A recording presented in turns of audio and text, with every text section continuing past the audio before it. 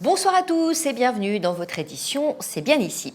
Vous vous souvenez peut-être de la folie des cartes Pokémon dans les années 90. Eh bien, la fièvre n'est toujours pas retombée, elles ont toujours autant de succès. Récemment, une carte rare a même été vendue à plus de 16 millions de dollars. La Lorraine n'est pas épargnée par ce phénomène puisque nous avons en Moselle une école de dresseurs de Pokémon et de nombreux collectionneurs. Des cartes Pokémon redevenues objets de passion et parfois d'investissement. Jean-Baptiste dévoile un paquet de cartes. En fait, les cartes sont toujours rangées de la même façon. Vous allez avoir les premières cartes qui vont être ce qu'on appelle les communes.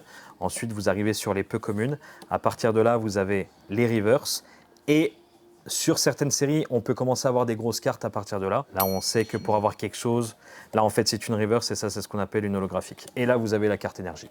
Autant vous dire que dans ce paquet, on a les cartes de collection, mais en valeur, on n'a rien du tout. Un geste chargé d'adrénaline pour les collectionneurs qui espèrent y trouver la perle rare. Voilà. Première des cartes. Ça, c'est ce qu'on appelle une full art. Les cartes avec un peu plus de valeur, un peu plus de rareté, on les protège directement parce que la moindre micro-rayure ou quoi sur une carte, aujourd'hui, ça la décode tout de suite. Les gens veulent des cartes parfaites. À chaque ouverture, le cerveau anticipe la récompense. Un mécanisme proche de celui des jeux de hasard où l'attente du gain déclenche excitation et dopamine. Pour beaucoup, c'est le point de départ d'une collection. J'ai commencé quand j'étais jeune, après ça fait quoi? Ça fait 4 mois que j'ai repris. J'ai la fièvre là. C'est la fièvre. Ah non, je suis un grand gamin encore là-dessus. Mais bon, c'est un budget. Par mois, je sais pas, je suis à 2000.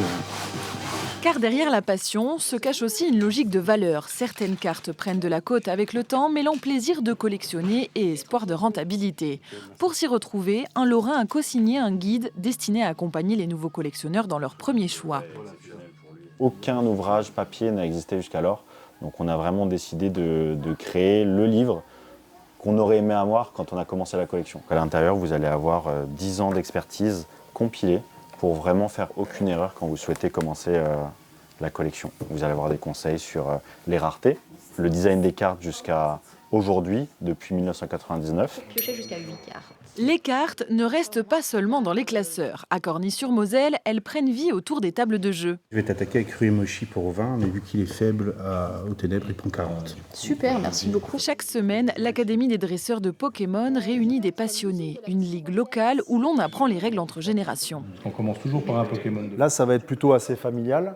En tournoi, on est tout de suite en mode compétitif. Donc là, en mode compétitif, les gens sont concentrés sur leur jeu. Il y a un temps, il faut finir dans le temps imparti. Il faut que je gagne. Là, au moins, ici, ils n'ont pas de pression, pas de stress. Ils évoluent à leur rythme. Et après, au fur et à mesure, pour ceux qui voudront faire de la compétition, on pourra nous les emmener aussi vers de la compétition. Et qu'est-ce qui te fait rejoindre l'association, toi? Le fait de pouvoir apprendre à jouer aux cartes Pokémon et avoir des activités, genre un truc que j'aime.